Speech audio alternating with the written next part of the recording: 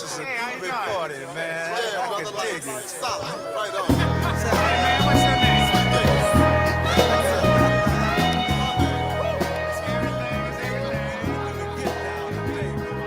Mother, mother, there's too many of you crying. Good morning and welcome to the Earl Ingram Show. As always, you can join us at 844-967-2789. That's 844-967-2789. You can text us at that same number. Hey, good morning to you, Calvin. How you doing, man? I'm doing good, Earl. How are you? I'm doing great, man. I got a great show lined up for you guys this morning. And if I were you, I wouldn't miss 1 second of it. It is impactful. You know, there's so many different subjects that we're going to be talking about, and certainly would love to have your involvement in the show. You can join us always at 844-967-2789. Let's get busy. So, Calvin, are you a great speller? I bet you are. I might do okay, but there's definitely some words that trip me up. Well, so, you know, I'll tell you something, man. I'll have trouble spelling car, right? a bat, book. I'm exaggerating a little bit, but I'm not a great speller, right? So were you ever in a spelling contest? No, I'm not that good a speller. And you know, you're a very bright guy. You sound things out. Yeah, I guess, but that doesn't always lead you to spelling things right. No, it does not, man. You know, sounding things out is the way that I guess, you know, we were originally taught how to spell. And phonics, I think that's what they called it. It's been so long ago for me, man. But there's so many words that, you know, sound one way, but I spell a different way in the English language. So what we're going to do at the beginning of the show is, Calvin, I got 20 of the hardest words to spell in the English language. I'm going to start with you. But our phone lines are open at 844-967-2789. We'd love for you to join in at any point in time. So, Calvin, here's one of the top 20 hardest words to spell in the English language. Nauseous. I think nauseous is spelled Nauseus.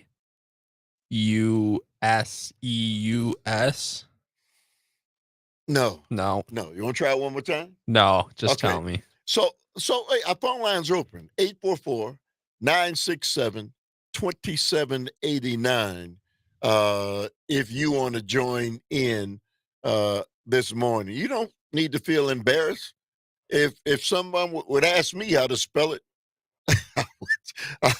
I wouldn't be doing such a great job.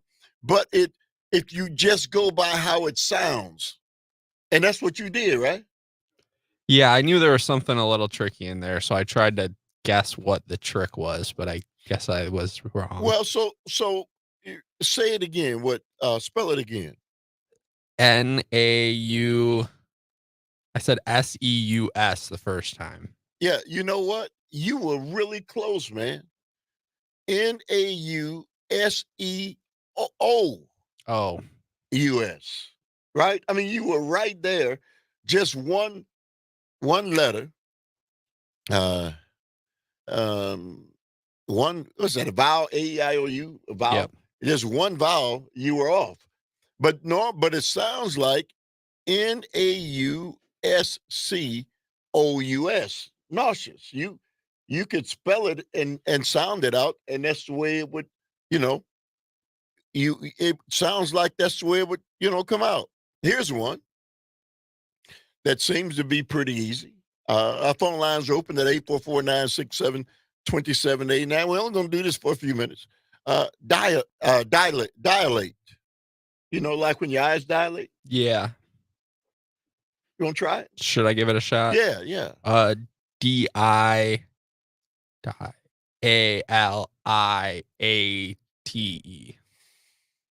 No, it's so I would have spelled it kind of similar to the way you spelled it. But no, dilate sounds like DIALATE. That's the way it sounds.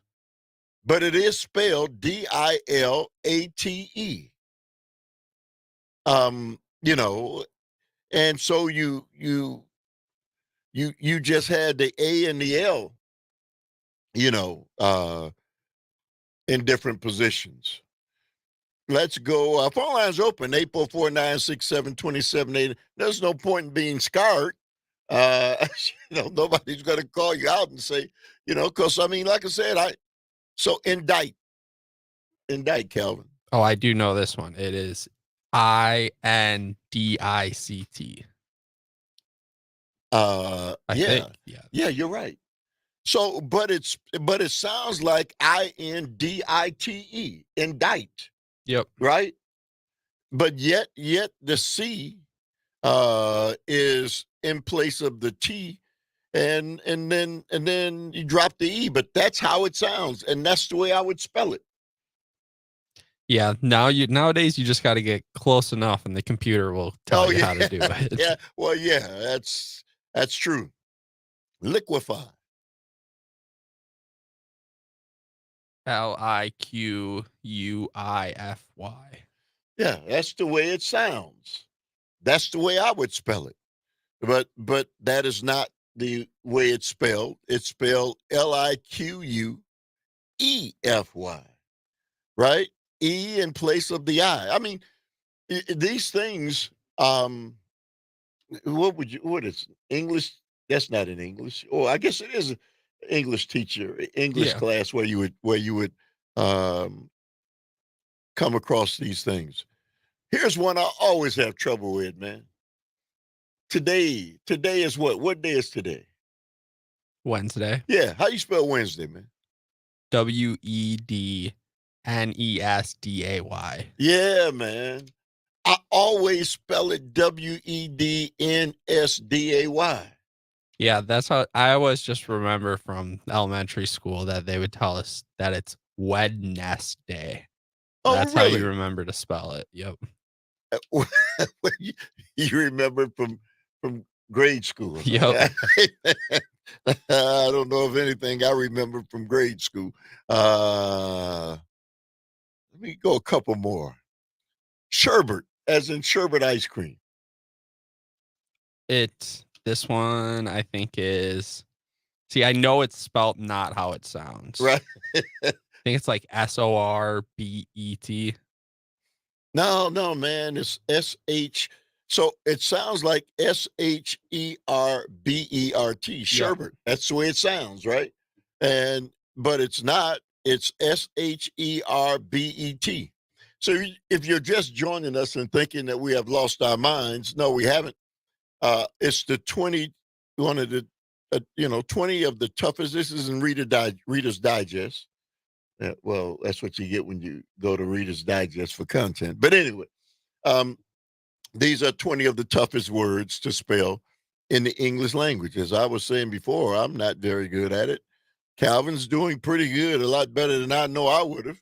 Our phone lines are open at 844-967-2789. If you care to join in, we'll only be doing this for a couple more minutes. Baloney, man. BOLOGNA. Yeah, that's you must. Yeah, I like to get baloney every once in a while. Yeah. And it's spelled, it sounds like BALONEY. But only because you get baloney in the store. Hey, playwright, Calvin. How you spell playwright? PLAYWRITE. So, and that's the way it sounds. That's the way they wrote it out. But playwright is actually PLAYWRIGHT. That would have been my second guess. Yeah. But I mean, it's just kind of weird, right? I mean, when you think people are so good at spelling, man, they really have to be on the ball, wouldn't you say? Yeah. Yeah, because there's definitely English is just such a mishmash of the languages that that came before it that it's hard to know what word comes. Like you have to know what language the word comes from to be able to know how you're supposed to spell it. Fuchsia, like in the color. Fuscia. You know, you're close just based on the sounding of it. But Fuchsia. Again, you add the S and the C mixed up. Let me minuscule. You want to give that a shot? No, I don't think I have that one. Okay, minuscule. Minuscule. Let me see. Let me get the number one, and then we'll. No, that's a hard one to accommodate. Uh, let's see. Uh, gu- uh, gubernatorial. Guben Atorial. I don't know. Right. Gubernal. I would have had it all mixed up too. But anyway, just a little information and food for thought. But I'm telling you, we're getting ready to really get into some um real content on the show. And if I were you, I would not leave for one moment. I really want to ask some serious questions about how much you think it would cost to feed and rid the entire United States of hunger per year. 844-967-2789. How much do you think it costs to rid the entire nation of hunger each year? 844-967-2789. You're tuned into the Earl Ingram Show.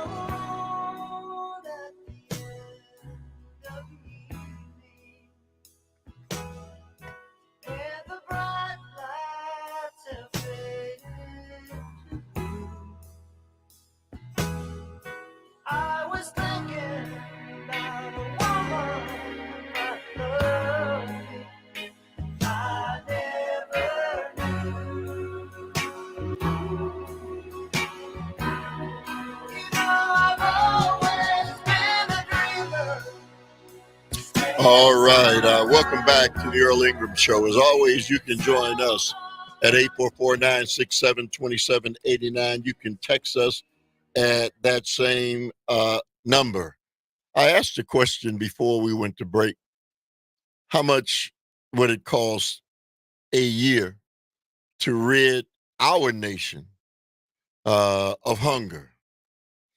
And that number, according to Joel Berg, the CEO of Hunger Free America, has calculated the cost of ending hunger in the United States at $25 billion. Now, that sounds like a lot of money.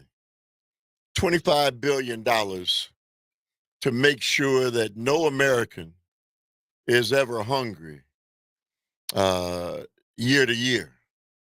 Sounds like a lot of money.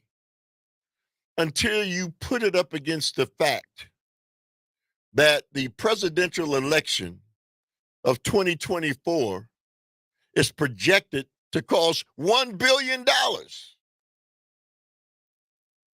I mean, something is seriously wrong in a nation that understands that there are American citizens who are hungry, children, the elderly, who are hungry, who don't get a chance to eat 3 square meals a day in the wealthiest nation on earth. And yet, you know, we complain about food stamps. We don't want to give people food stamps. They're getting something for nothing. But we're willing to spend $1 billion on the presidential election. 844-967-2789. I don't know how we cannot think that there's something, wrong, seriously wrong with that kind of information, and why we shouldn't all be outraged. $1 billion for a presidential election. Listen to Joel Berg. It's not my words. These are Joel Berg's words. Hunger in the United States isn't a direct result of war or crop failures or massive inflation. Americans who are hungry simply don't have enough money to buy food, Berg says. A combination of increased wages and improved safety net programs would be needed. So, President Biden has made an attempt to create social programs that will open the door, safety net programs, to help make sure that all Americans are fed. And there are people standing in the way and arguing in opposition to that. Oh, no. We can't feed people. People should be able to feed themselves. This is America, and, I'm able to feed my family, and so we've got to stop handing out things to people. People in this nation who actually have that kind of predisposition. And don't want to offer assistance and help. 48 million Americans don't get enough to eat every day. 48 million Americans. Not my words. And yet we have people who don't want to support their fellow countrymen. They would prefer that they starve. Well, it's America, and they should be able to make it. America's for the hardy. What are you talking about, man? They're going to spend $100 billion. Excuse me, $10 billion. $10 billion on, $1 billion. $1 billion on the 2024 presidential election. $10.2 billion will be spent on advertising, including everything from broadcast TV, cable, TV, radio, and social media. Again, 25 billion to pay and make sure that every American citizen gets a chance to eat 3 square meals a day. 25 billion. But they're going to spend 10.2 billion on broadcast TV, cable, radio, and advertising for the presidential election, not to mention 1 billion itself spent on the elections. 844-967-2789. Maybe you don't see that as an issue. You know, you haven't given it any thought. But I'm bringing it to you now. Do you have a thought on that? Does it make any sense? You know, I get it. Oh, it's election time. It's all around us. And so hungry people we don't see. We don't get to see much. But I do. Where I live, I see a lot of hungry people. There are people hungry in urban areas. There are people hungry in rural areas. And yet we, for whatever reason, cannot bring ourselves, as Tom always says, we the people out of government. If we see that our government is doing the wrong thing, and we as American citizens can't organize enough or bring pressure on our government to make sure we feed the American people. You know, I mean, I'm not one of those people. So, you know, I'm not worried about whether or not there's going to be 3 square meals in my home. I'm able and blessed enough to be able to provide that. But many people aren't. And when you can throw away money the way it's being thrown away now, when you're talking about the amount of money that's being spent on political elections, come on. Wouldn't we be much better served to use that money to make sure, as Dr. King said, I know where the best place to spend that money or to put that food that's stored in warehouses that goes bad in the wrinkled stomachs of children all over the world? Come on. That's ridiculous. Should be outraged.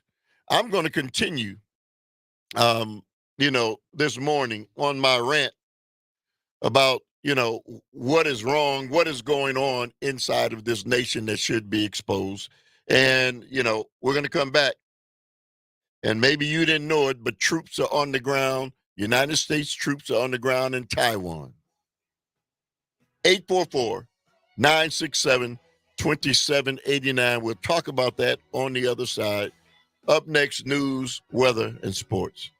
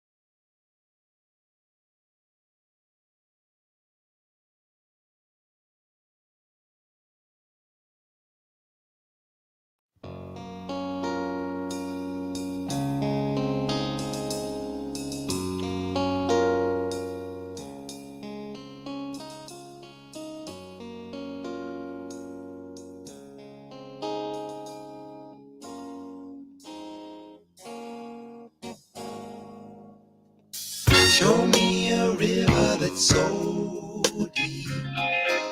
Show me a mountain so high. I'll show you love that'll last forever. Flying high, so high. Ah, show me a place where dreams are for dreamers. And All right, welcome back to the Earl Ingram Show. As always, you can join us at 844-967-2789. You can text us at that same number. Before we went to break, I was talking about the fact that it would cost $25 billion, to make sure that no American would be hungry per year in this country. And yet the presidential election is going to cost $1 billion, and then there's another $10.2 billion projected to be spent on television, radio, and multimedia. And just for the life of me, I talked about Joe Berg, CEO of Hunger Free America, calculated the cost of ending hunger in America. And then on the other hand, Food Research and Action Center lists essential strategies to ending hunger in America: create jobs, raise wages, increase opportunity, and share prosperity, which you think we would want to do in this nation. Improve government income, support programs for struggling families, strengthen the Supplemental Nutritional Assistance Program, SNAP, aka food stamps, strengthen child nutrition programs, target supports to especially vulnerable populations, work with states, localities, and nonprofits to expand and improve participation in federal nutritional programs, make sure all families have convenient access to reasonably priced healthy food, and 8, build political will. Now, having said all of that, I was reading this article in Newsweek on the other day and didn't get a chance to talk about it, but before I go to the phone lines, Taiwan has confirmed there are U.S. troops stationed on the islands in Taiwan Strait, in Taiwanian Strait on a permanent basis, including an island just over a mile off China's southeast coast. The National Defense Authorization Act of 2023 paved the way for the arrival to conduct training programs for troops on Taiwan's front line. China has vowed to someday annex Democratic Taiwan, which it regards as a rogue province, despite the fact that Chinese Communist Party government in Beijing has never ruled there. China has sharply increased military sorties and drills in and around the 90-mile Taiwan Strait. Now, asked to confirm reports U.S. General Special Forces, also known as Green Berets, were in Taiwan on a permanent basis, the Taiwanese Defense Chief Chi Ku Sheng told reporters on March 14th, no matter the situation, there may be blind spots or shortcomings, so we need to communicate with our allies, whether it's a team or group. The reason I'm bringing that up is, can you imagine how much that costs our nation to have those troops permanently situated there, and the support groups that go along with them? We can spend that money and nobody utters a mumbling word. But when it comes to spending $25 billion to help feed the American people, crickets. I'm an American. Yeah, I am. I wouldn't want to be anywhere else. But that doesn't mean I support the things that our nation does. We claim to be a nation that we sometimes don't live up to. And so I'm going to constantly talk about and challenge this nation and the people of this nation to live up to what we claim we are. 844-967-2789 is the number. Let's go to Tom from L.A. Good morning to you, Tom. Good morning, Earl. First off, we the people are the government, and that means all of us. Second is that, we throw this word around of pro-life around so much, especially on the other side of the aisle, that I think we need to take that word pro-life back and start talking about pro-life for all Americans or pro-life for all, and talk about what you're talking about: nutrition, food, health care, all of that. I mean, they should call the Medicare for All bill pro-life for all Americans bill. Messaging is very, very important. And you're absolutely correct. And you understand now why it is that the media, corporate media, doesn't say a damn thing about money in politics, because they know that they're getting the money from the advertising dollars. It's absolutely disgusting. It is the cancer on everything that there is, which is money in politics. If anyone has not done so, check out Citizens United. George War Criminal Bush's Supreme Court So Tom, passed it. So Tom, I get all that. What I don't get is a nation that's supposedly built on some moral imperative. We call ourselves a Christian nation. That's what we say. And yet people are dying in this nation from the lack of food. For I was tired and hungry, and you fed me not, right? Where's that? Where are the actions associated with that, Tom? Earl, you weren't told about the emperor that has no clothes? About the big lie that we really care, the big lie that we really care about children. We just care about our own children. We don't seem to give a crap about anybody else's in this nation. When you're talking about Matthew 15 and you're talking about the Beatitudes, a lot of Christians that believe that still, because that's what Jesus actually said. And I'm sure other religions believe the same type of thing, but they sure don't live it. They just say, "Oh, Lord Jesus Christ is my Lord and Savior, and I believe He died on the cross and rose 3 days. Therefore, I'm okay." So Tom, let me ask you. So you're listening to what I'm saying this morning. Am I in error on anything that I've said? I don't see how you could be in error on anything you're saying unless people are greedy, unless people are selfish, unless people think that the billionaire class is supposed to have it all. We're not even talking about millionaires. You can still be millionaires. You can still be multimillionaires, all of that. But billionaires, we have 30 families in this country that own more wealth than 90% of us. So There's Tom, nothing wrong with that. And those people buy politicians. And so when you find out that 44 million Americans are hungry, but it doesn't seem to matter to far too many of us. That doesn't enter into our mindsets because we don't see it. And so because we don't see it, maybe that's why it doesn't matter. But I don't have to see hunger to know that there are people who are hungry in this society.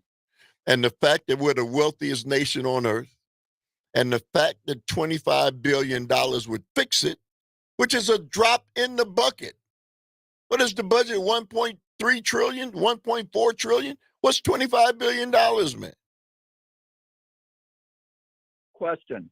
If the people were told every day that money in politics is what's caused the problem with the pharmaceutical ads, money in politics is what's created the problem with, instead these shows make it like, oh my gosh, they brought in this much money in one day for their election. They don't look at that as a negative. They look at that like as a positive. And it's so disgusting. I'd rather give the beggar on the street money and go buy them groceries than give any politician money for their campaigns. I'd rather give money to civic media, and I'd rather give money to free speech TV than I would to any of these other things, because you guys are actually speaking the truth. Hey, I appreciate you guys very much Tom, for that. thank you very much for the call. Maybe I'm raining on people's parades. Maybe it's not something that we should be talking about. But listen, there's famine afoot in Gaza. There's famine afoot in Haiti. Hundreds of thousands of people, human beings, going to starve. You know, we warehouse food until it goes bad. The prices of food in this nation are outlandish.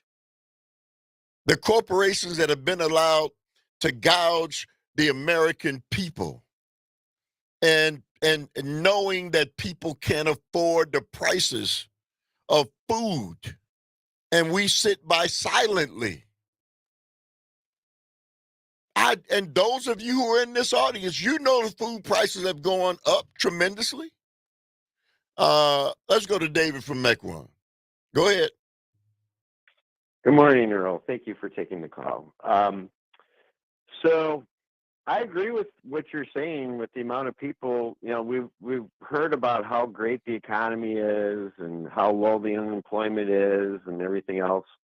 But the reality is we have tens of millions of people that are just more than ever actually now, paycheck to paycheck.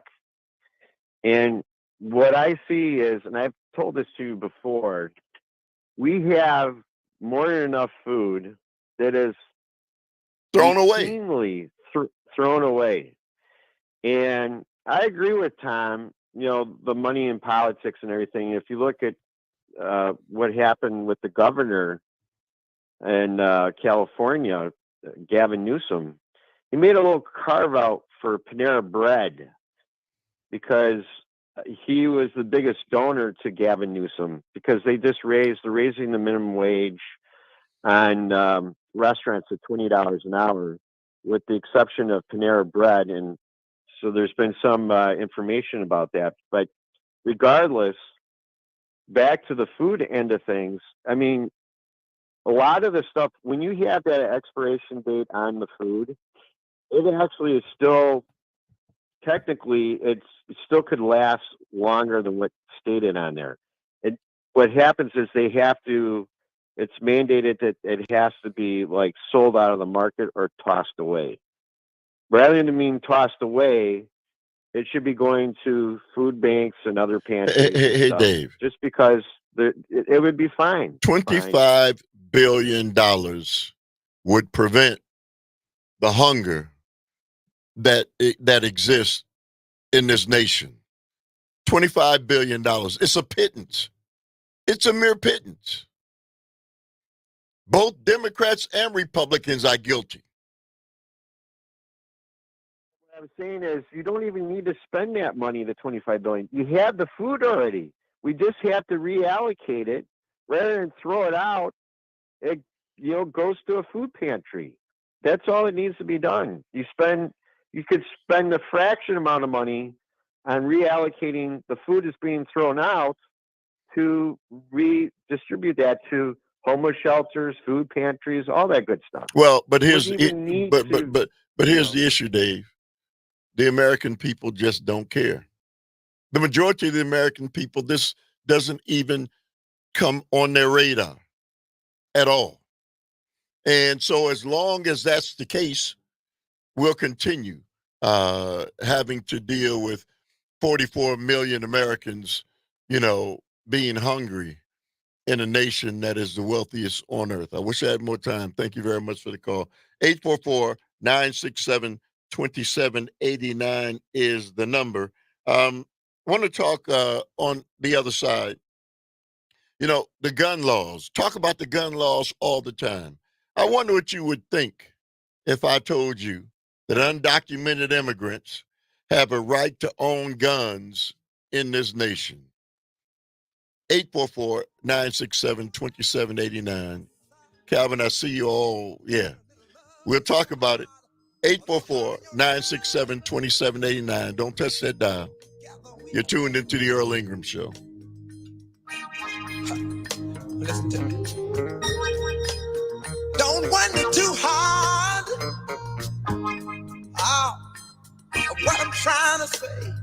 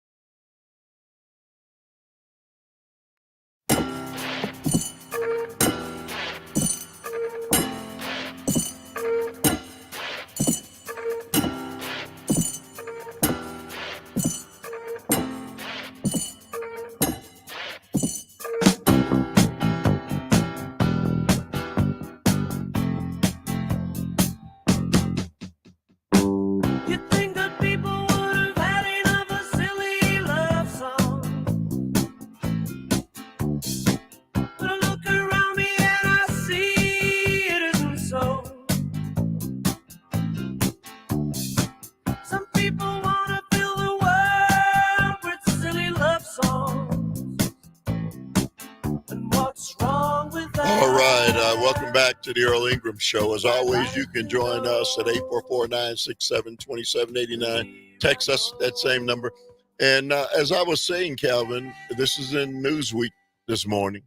Undocumented immigrants have right to own guns, judge rules. Now, as much as people are raising hell about undocumented immigrants, especially Republicans, listen to this story.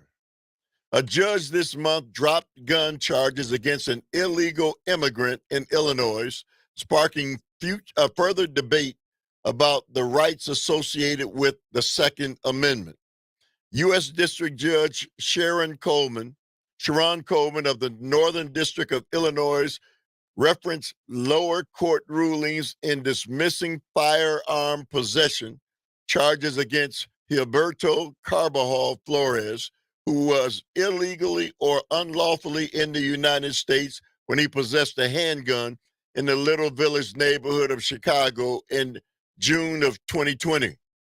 The court finds that Carbajal Flores' criminal record containing no improper use of a weapon, as well as nonviolent circumstances of his arrest, do not support a finding that he possesses a risk to public safety such that he cannot be trusted to use a weapon responsibly and should be deprived of his Second Amendment rights to bear arms in self-defense.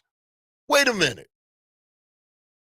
So he's here illegally, and his Second Amendment rights, Calvin, supersede all the other rights. He has a right to Second Amendment rights as an illegal immigrant. Says who? The NRA. Tell me, Calvin, tell me how that makes any sense, man. Well, it doesn't really make any sense. Guess I was mistaken in thinking that the Bill of Rights and the rights granted by the Constitution only applied to citizens of the United States. Not when it comes to the Second Amendment, a right to own a gun. Okay, so as much as immigrants are crucified, they can at least get their hands on and own a gun.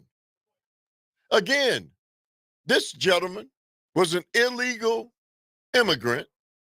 He got caught with a gun and was being charged with having the gun illegally. And yet the courts deemed that he had Second Amendment rights, even though he's not a citizen of the country. How does that make any sense, man? Well, the NRA has a lot of power, and politicians knuckle under to the NRA. And so, we got to make sure that anybody who wants a gun has a gun. It doesn't matter if they're an illegal, and undocumented immigrant. 844-967-2789. Time and time and time again, I don't understand our nation and the laws of our nation. And only thing I can do is go back to politricksters who make these laws. And yet the easy accessibility to guns couldn't be any more apparent than the fact that an undocumented immigrant can get his hands on a gun, and he said he needed it for protection. Protection. You're here illegally. And yet, the laws of the nation are such that because we want to make sure as many people who possibly can get their hands on a firearm, get their sweaty hands on a firearm, we want to make sure that happens. More and more and more, the longer I live, the more I look into things that are going on in our nation, and we should be outraged. We should be challenging why we're silent on so many different things in the country is why the country is in the condition it's in. It really is. We live in our own silos. And so we don't want to get engaged or involved in those other things because we're living our lives and we're inside of our bubble. And it's as if we are completely separated from the rest of your countrymen. And we are becoming more and more isolated from one another and from the things that really are important in the society. And it's why we're the way we are and in the conditions that we are in. Because we aren't willing to fight. We aren't willing to do what is right. It's not right that so many people are hungry in the wealthiest nation on earth that throws away more than enough food, as Dave said, to feed the people 10 times over. Not right. It's not right that everybody, for the most part, in our nation who wants a gun can get their hands on a gun, and even people who don't need to have their hands on guns can get access to it. It's not right. People dying every day from gunshots. It's not right. But, we're not going to say much about it because it doesn't impact and affect us directly. What affects one indirectly affects us all directly. Up next, Dr. Robert Craig, Executive Director of Citizen Action. Got an awful lot to talk about. 844-967-2789 is the number. You're tuned into the Earl Ingram Show.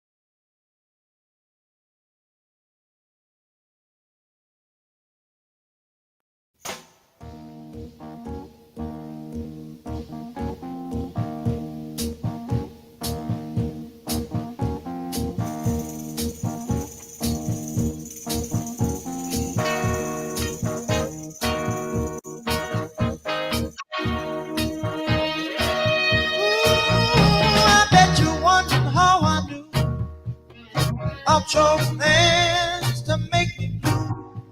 With some of the guys you knew before. Between the two of us guys, you know I love you more. It took me by surprise, I must say. All right, welcome back to the Earl Ingram Show. As always, you can join us at 844-967-2789. You can text us at that same number. It's Wednesday. That means Wednesdays at 9 o'clock. None other than Dr. Robert Craig, Executive Director of Citizen Action, is in the house. Good morning to you, Dr. Craig. How you doing, my friend?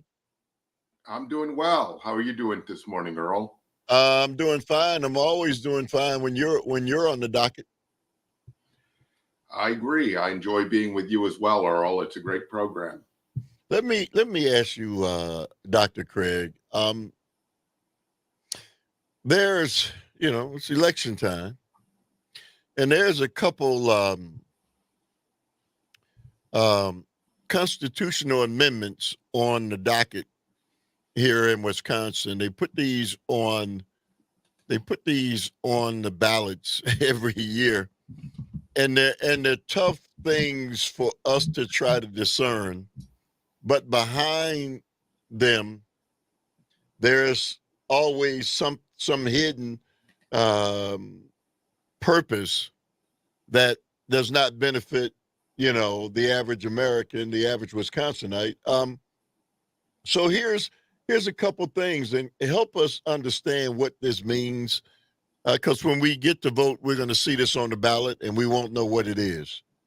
The First Amendment proposal asks, shall Section 7.1 of Article 3 of the Constitution be created to provide that private donations and grants may not be applied for, accepted, expended, or used in connection with the conduct of any primary election or referendum.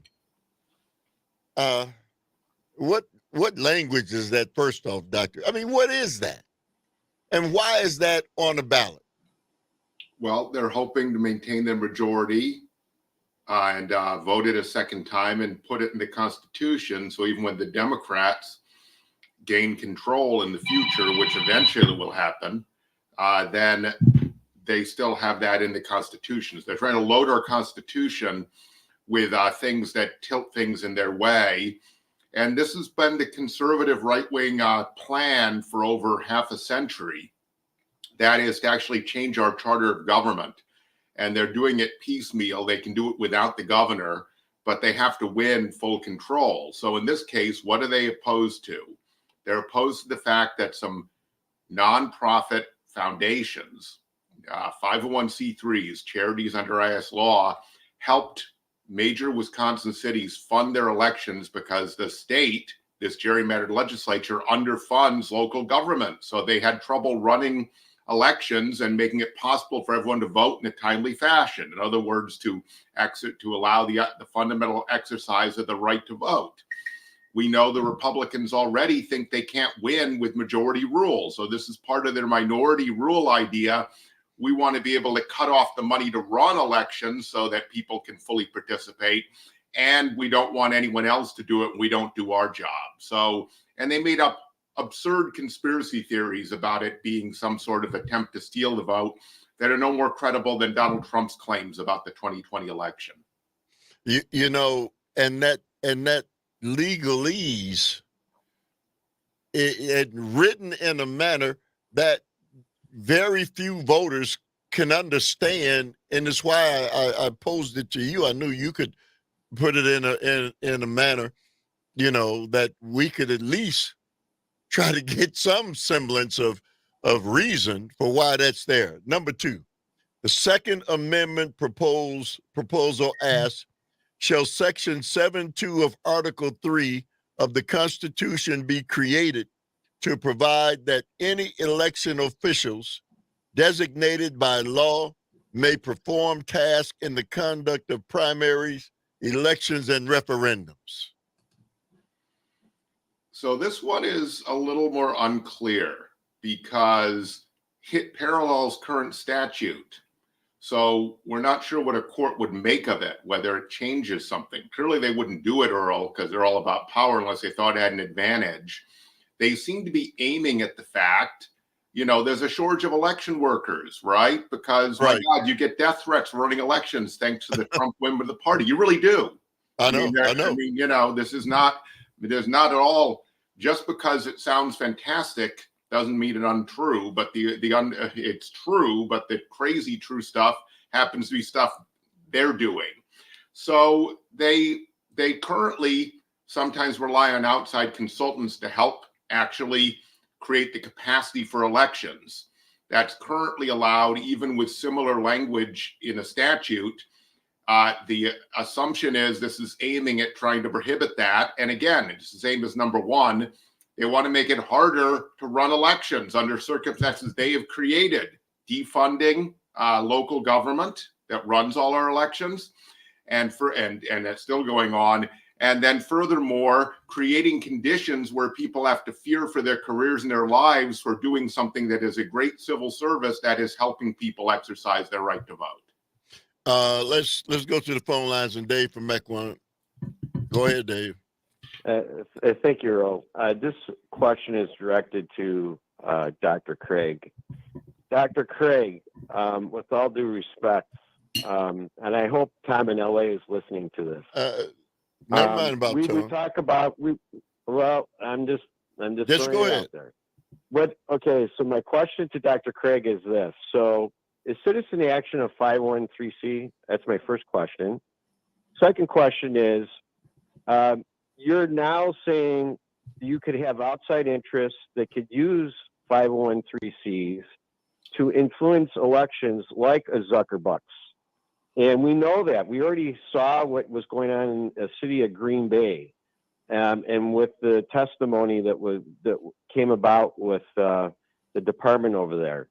So when we talk about taking money out of politics, it doesn't sound like that Dr. Craig is really interested in doing that. He's more interested in making sure that dark money flows to individuals that view along with the same lines of maybe his ideology. Now, well, hang on. He'll respond. Your first question was you asked if someone was a 501(c)(3)? Yes. Who did he call? Citizen Action. Citizen Action of Wisconsin is a 501(c)(4). So that means we can talk and engage in politics. Yes. Right. So to his question, you see, there is a right-wing message tactic. They create a hypothetical that has no basis in fact. I mean, we had private foundations helping that funded municipalities across the country to help with their voting administration. Okay. No credible charge has been made that they had any other motive other than enabling people to vote, and nothing's been proven. What the caller's done is said, hypothetically, someone with bad intent could fund, a city, and then that city could work with them to steal the vote, but there's no evidence of that happening at all. And on Green Bay, quite frankly, the problem with the right is accusation is conviction for them. There were some charges like that. They've not stuck.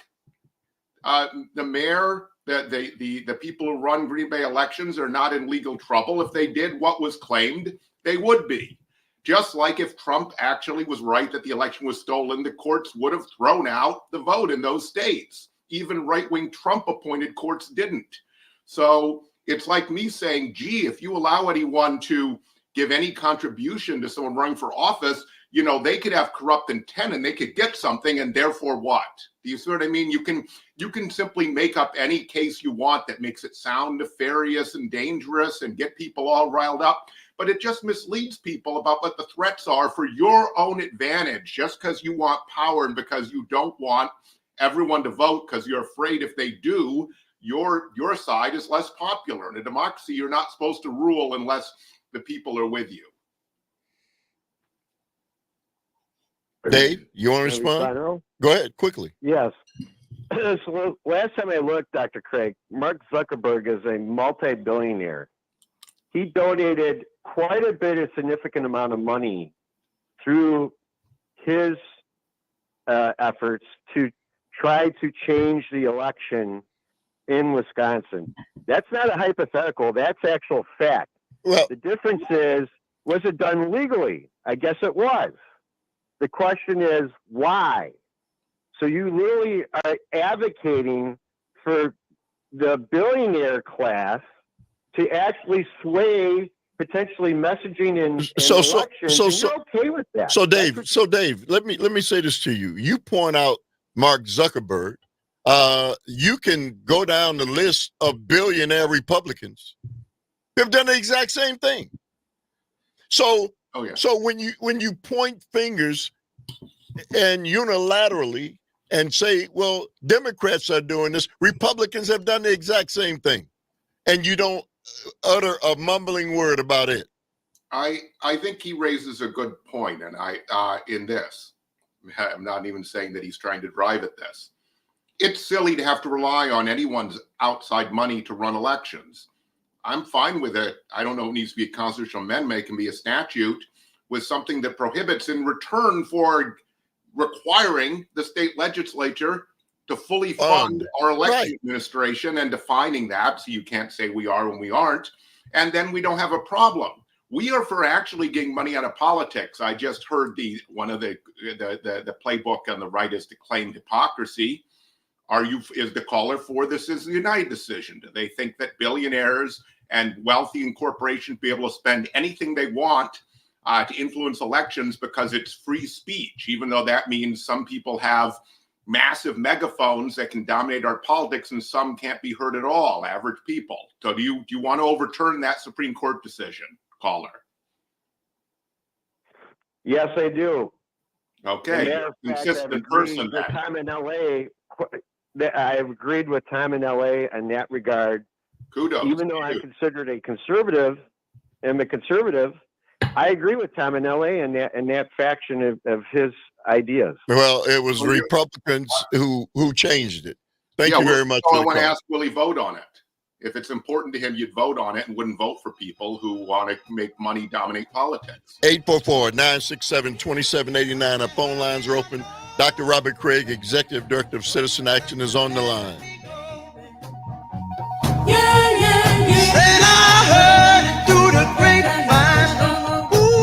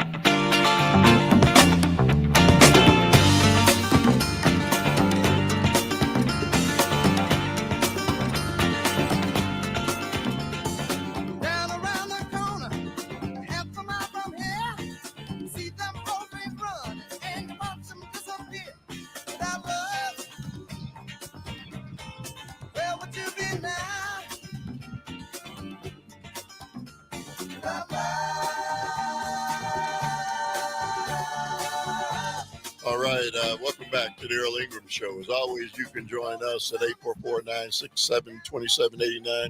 You can text us at that same number. It's Wednesday. That means Wednesdays with my guest, Dr. Robert Craig, Executive Director of Citizen Action. Let's go right back to the phone lines and Jean from Eau Claire. Good morning to you, Jean. Your thoughts? Good morning. I'm trying to be polite today. However, let us look at the Republican members of the Republican Party, the fraudulent elector scheme, Green Bay sweep, somebody having a Badger account, committed criminal activities against the state of Wisconsin and the people in the state of Wisconsin in efforts to throw out their votes or in efforts to quell their votes for President of the United States.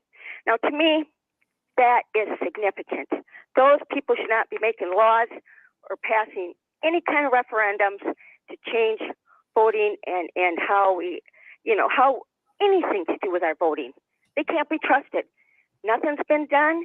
And these people, we were supposed to get all the information. My side of the state hasn't heard a lot about these fraudulent electors that pled that it was fraud and that, and that Biden won. I mean, this is just so overwhelming to me that we have to, that this isn't out in the open and that people with R after their name should be ashamed. And this is so ridiculous.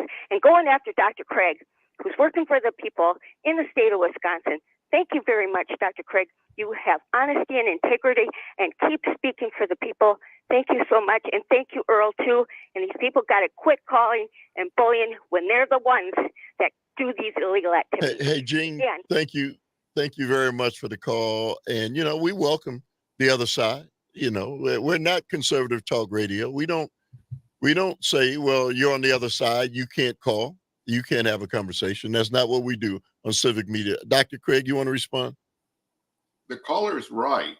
The question is what to do about it. You're fact-based. They have muddied the waters by, if you have accusations both ways, a lot of the public just throws their hands up, right? In addition, they've created their own media. So on their side, they are believed. So a majority of Republicans, a lot of the exit polling, think the election in 2020 was stolen because they're not listening to any of the actual facts. They're being lied to and they're accepting it. So we have to cope with that. In fact, for our Citizen Action podcast, Battleground Wisconsin, I interviewed Ann Nelson for next week. She's the author of Shadow Network, one of the best books on the right-wing conspiracy. And she's also an expert on Project 2025, what Trump would do in his next administration. And they've consciously over 50 years created this community infrastructure to create this opinion. So unfortunately, since not enough of them are listening to Earl Ingram and other honest voices, what we need to do is we need to win elections, and then we need to start to change this country. And that all depends on all of us doing our part in volunteering and talking to people.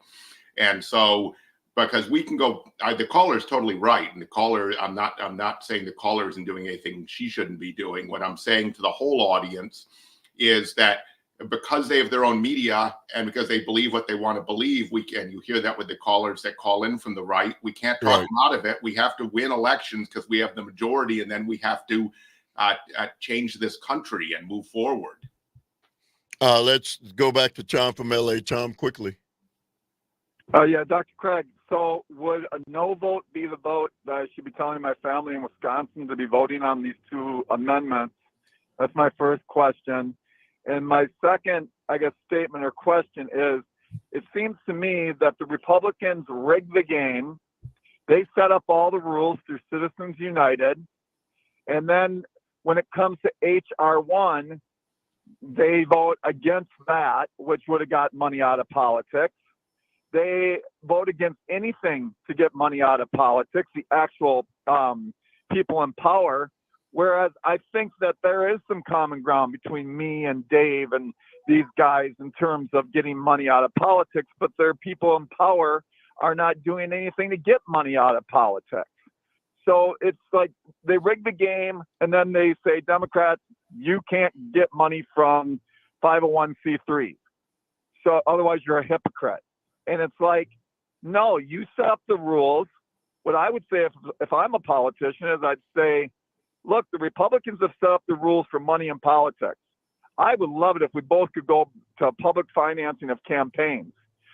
But because I have to play within these rules, I have to accept the money from these people until we can get all money out of politics, rather than Democrats saying, oh, I don't take any corporate funds and all this kind of stuff. They just need to come right out and say, we need to get money out of politics. And right now, unfortunately, we have to play within the rules of the game that the conservative Supreme Court and George War Criminal Bush's Supreme Court set up, which is called Citizens United. Hey, Tom, we got you. Thank you very much for the call. Dr. Craig? He's very right. And there is some agreement on some conservatives that are with us, like the previous caller. They have to vote on it, though, to make it happen. Otherwise, it's just they're morally against it, but they're not taking action. Now, I will say this to conservatives listening. Not all Democrats are on the right side of this either. I would say the only people right now who want to get money out of politics are elected Democrats, but there are big money elected Democrats that want to raise all that money as well. And you should vote against them as well.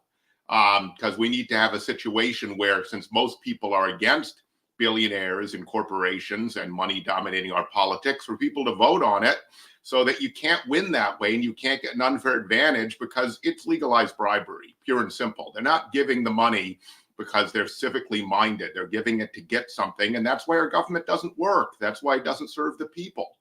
Yeah, they're buying the election. So, Dr. Craig, I was talking about that earlier. They're talking about $1 billion. It's probably going to be spent in the presidential race, and then $10.2 billion in advertising and television, radio, and all these other places. And it just gets to a point, Dr. Craig, where even when we go vote, and these people are dangerously just trying to ace the average citizen out, and the average citizen gets frustrated and doesn't see his or her vote as the changing force necessary to change this. But it is the only way to change it. Is it safe to say that, Dr. Craig? Yes, but what it does is, understandably, a young African American who doesn't see opportunity for himself, doesn't know all this, is trying to struggle to get ahead, start a family. So he's walking away, and that's, of course, enabling the conspiracy. So the fact they have government tied in knots by the influence of billionaires and corporations also undermines democracy. So that's the situation we're in. We need to take it back. And I'll put a finer point on the Democrats. I was a platform committee representative for Bernie Sanders in 2016. He took no big money, ran all on small contributions in 16. Hillary Clinton took all the big money. Now, I'm not saying that means they're fans of her on this in your network who do good things about her, but there was a huge difference on that issue between those two candidates. 844-967-2789 is the number. You can join us. Up next, news, weather, and sports.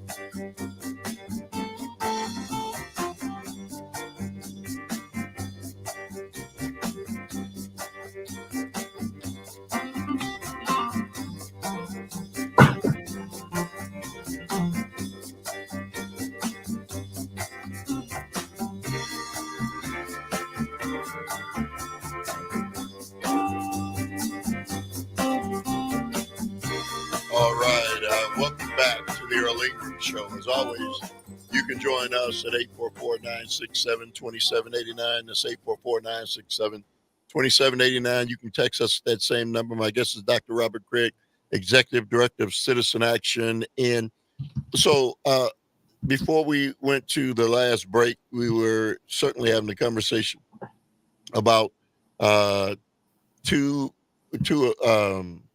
amendments to the state constitution that are on the ballot this election season and what they actually meant. And Dr. Craig explained what those were, earlier. And we had some conversation from callers to, explain that. And so we had another caller still hanging on from that. So we'll give him an opportunity. Eric from Tulsa. Eric, thank you very much for calling in. Your thoughts. Yeah, good morning, Earl. Good morning, Dr. Craig. As far as the amendments, it seems to me like most of these things, the way they're written, that the authors of it are counting on their crowd, so to speak, listening to right-wing radio, watching right-wing TV, to only hear the marching orders to vote yes, and that enough other voters will read the language as outside money influencing elections. They only got to get 50.1%. So, I mean, that's what they're looking to do, it seems. And there's a lot of efforts out there to inform people. And everybody I've seen who is informing people is getting blowback as, oh, you're influencing by actually, explaining what these are. And it's all with such intent. And obviously, no is the answer to both of them. But it seems to me, and Tom from LA sort of stole my thunder earlier, in that I had written down that citizen action is sort of forced to work within this system, just like anybody working within the capitalist society has to work within the capitalist system and utilize the laws and norms that are in that. But when they talk about, Mark Zuckerberg, and that's the new boogeyman, obviously, I'm so surprised that somehow they haven't attached George Soros to all of this. But it isn't lost on me that Mark Zuckerberg also identifies as a Jewish man. And their new boogeyman, quote unquote, is yet another Jewish person. But when you look at the right wing and what they're talking about, they've got the Bradley Foundation here in Milwaukee. They've got the Copes. They've got ALEC. They've got the Heritage Foundation, which actually registers as a church while it does its fundraising. They've also got, the takeover of the university trusts. They've got NPR and they've got PBS in the bag these days as well. So dark money influencing politics leans way right when it comes to it. And like Dr. Craig had said earlier, the magic to all of this is get out the vote. And speaking of that, I'd like to ask Dr. Craig when his canvassing army is going to come to Wauwatosa. And I'll hang up and listen. Thank you. Well said as always, Eric. Thank you very much for the call. It's a number of places of the state. I don't think we're in Wauwatosa right now, but we are working on that. We have a number of members in Wauwatosa and have a new organizer in place for the Southeast region that would be over that. So we certainly want to ramp that up for the general election and spring election. There, you have to pick your spots. Let me just say one other thing about what the caller said, Earl. There's also a difference between organizations that have to work within the current system, but actually try to do it ethically, and those that don't. For 501c4s, the kind of organization Citizen Action Wisconsin is, the right wing has exploited that tax provision in order to create dark money groups where you have no idea what they stand for, who's funding them. Could be one billionaire. They have some name that you can't, it's a generic sounding name, people for good things, and then run a bunch of TV ads. And a University of Oregon professor did a study that looked at all the tens of thousands of 501c4s and how transparent they were. If you knew who supported them and what they stood for. And Citizen Action Wisconsin, I'm honored to tell you, was one of the 5 most transparent 501c4 organizations in the country. And the worst were all the dark money right-wing groups, because it really is just one billionaire or one corporation hiding what they're doing in order to try to influence elections. Dr. Craig, we are faced with the prospect that right now, as you well know, and many people in this listening audience know, I listen to conservative radio every day. And when people like Dave call or point out what is happening on the Democratic side of things. He clearly won't state anything about what is happening on the Republican side of things. Dr. Craig, they're still arguing that 2020 was a stolen election. Yeah. And I wonder, Earl, because you monitor them, which is important to do.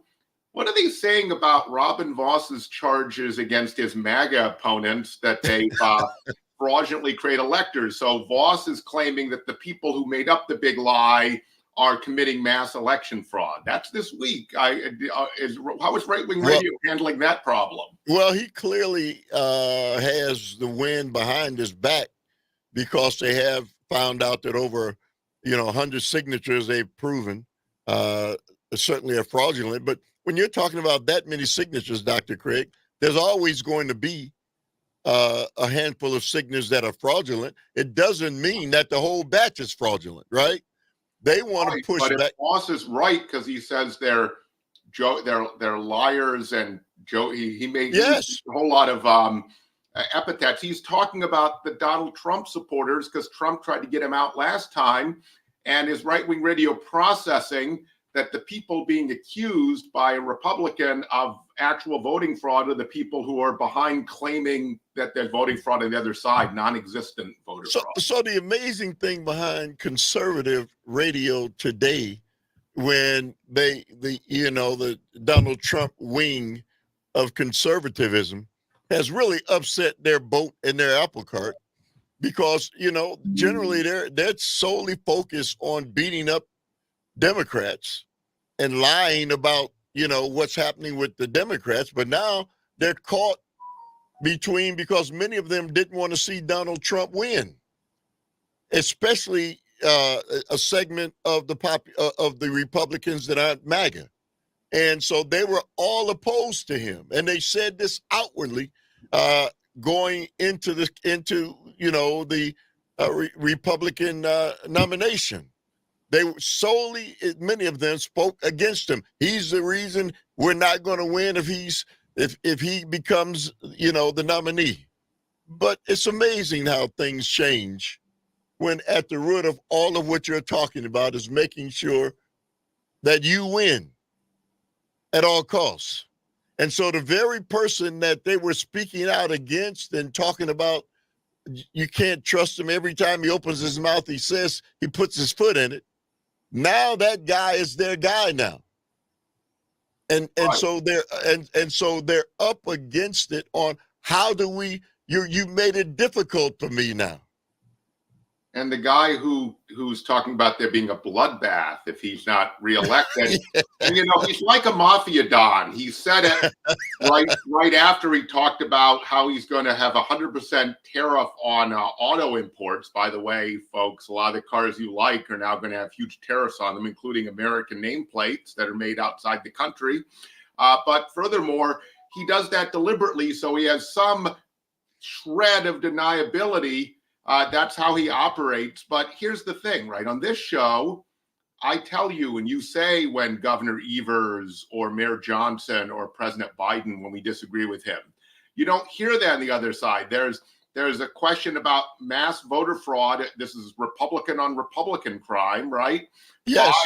By Trump supporters trying to unseat an opponent within the Republican Party, and they just put there, it's like, there's no story here, we're nothing to see here, we're not even going to talk about it. Dr. Craig, here's an issue that I definitely disagree with, and I'm sure you probably do. The fact that when the Republican convention is here, a Democratic-led mayor and others have made it kind of impossible for the voices of protesters to be heard. They've separated them and moved them away.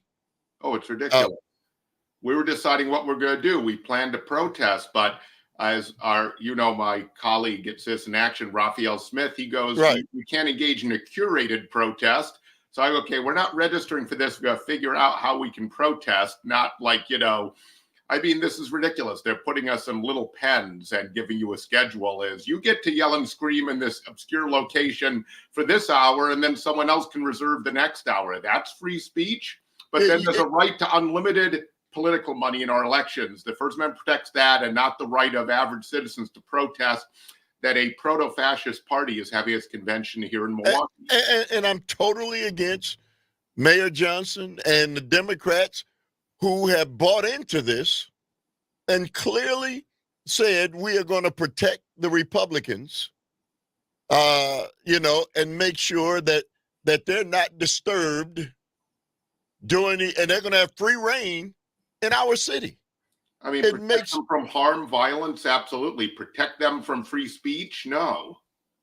Yeah, I just for the life of me, and again, these are Democrats, right? And you and I speaking in opposition. There's a difference between those of us who are free to speak. I support the Democrats in many instances, but if they're wrong, I'm not supporting them in wrong. There's a big difference. Donald Trump says that immigrants are animals this week, okay? I know. Animals. So all of you, any conservatives going to call in and condemn that? Do you know No, they didn't. immigrants? Do immigrants actually work for you or make the food, grow the food that you rely on, provide the milk? Because there are a lot of the workforce of the dairy industry in Wisconsin, everything else. So are you willing to stand up to that, or there's nothing to hear here? That's Trump's unique style of self-expression. Well, Dr. Craig, I talked about it and the fact that any human being could refer to another human being as an animal. And I'm just talking about an average everyday Joe, and they would get blowback. But a man who's running for president of the United States says that publicly, Dr. Craig. And hell should rain down on his head, right? Anybody else say something like that, hell should rain down on their heads, but it's Donald Trump after all, and that's not what he meant. Oh, he knows exactly what he's saying. There is in modern era no presidential candidate who could say that about a whole group of people and get away with it until this Donald Trump. It's not, I mean, he is a good publicist. This is his genius, but it's also because of the audience that they have deliberately built over the last half century. There's receptive to this and has no other source of information. It's not listening to Walter Cronkite, or in other words, we used to have news sources everyone listened to. Now we don't. All right. 844-967-2789 is the number. It's Wednesday. That means Wednesdays with my guest, Dr. Robert Craig, and you.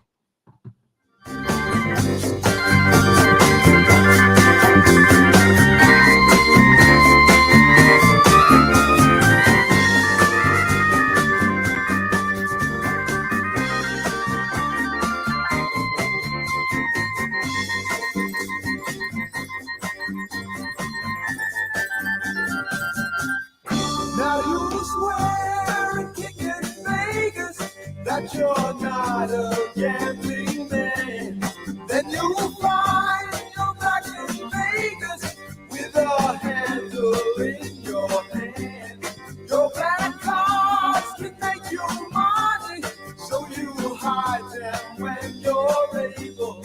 In the land of milk and honey, you must put them on the table. Yeah, you go back, Jack, do it again.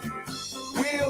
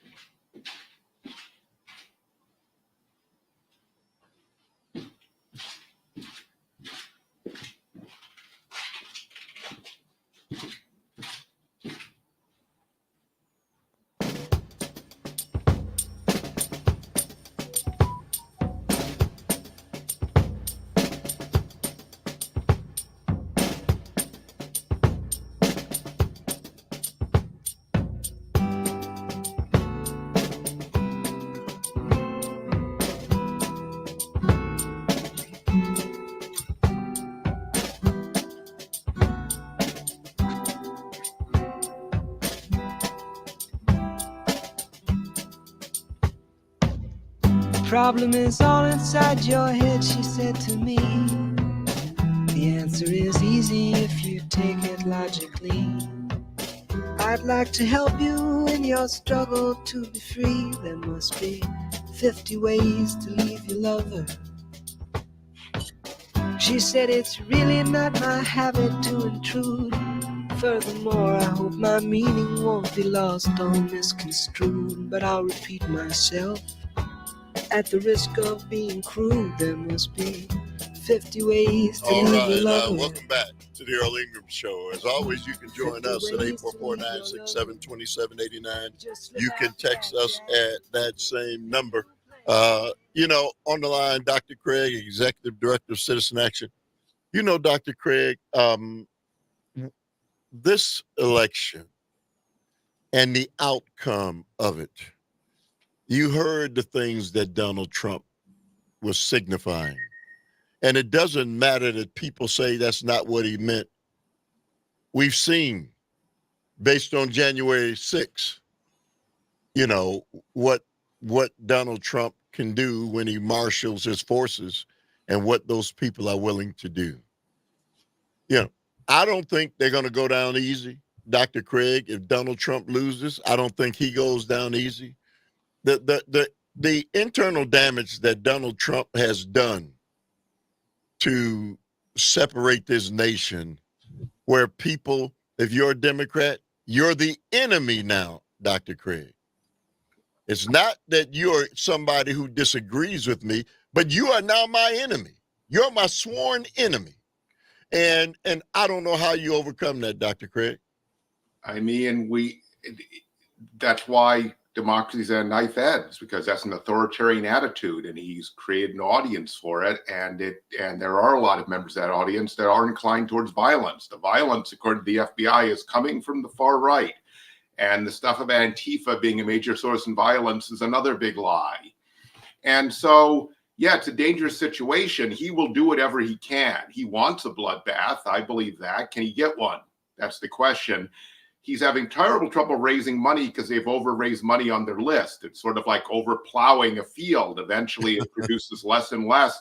And he has a problem because he's both doesn't have enough money for his two goals, winning a presidential election and using that money to defend himself in court so that he can avoid actual responsibility for crimes. Because you want to talk about two-tiered justice system. Yeah, rich people who have teams of lawyers can avoid justice, and average people, and especially low-income people, can't or have to plea because they don't have a way to fund their defense, even when they're not guilty. It happens all the time, or be convicted, unfairly.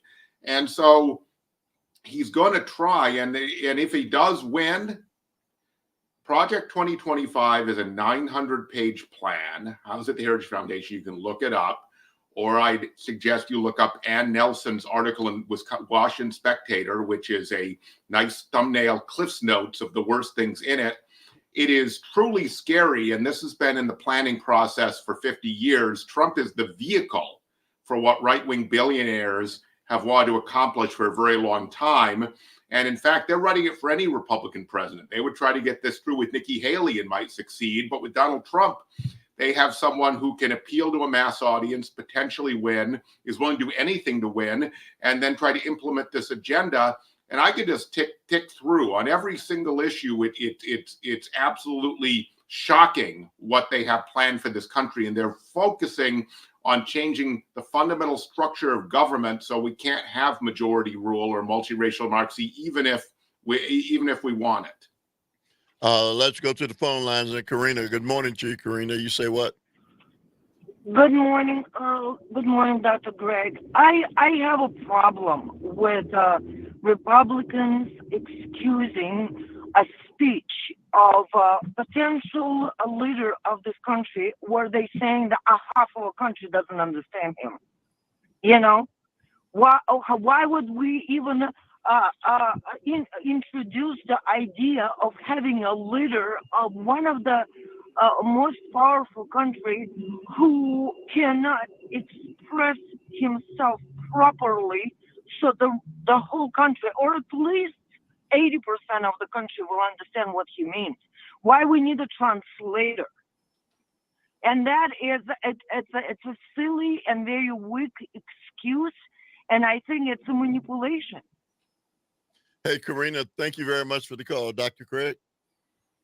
Yeah, the technique he's using, and Corinna's totally right, we shouldn't have to do this, is he's trying to communicate different things to different audiences.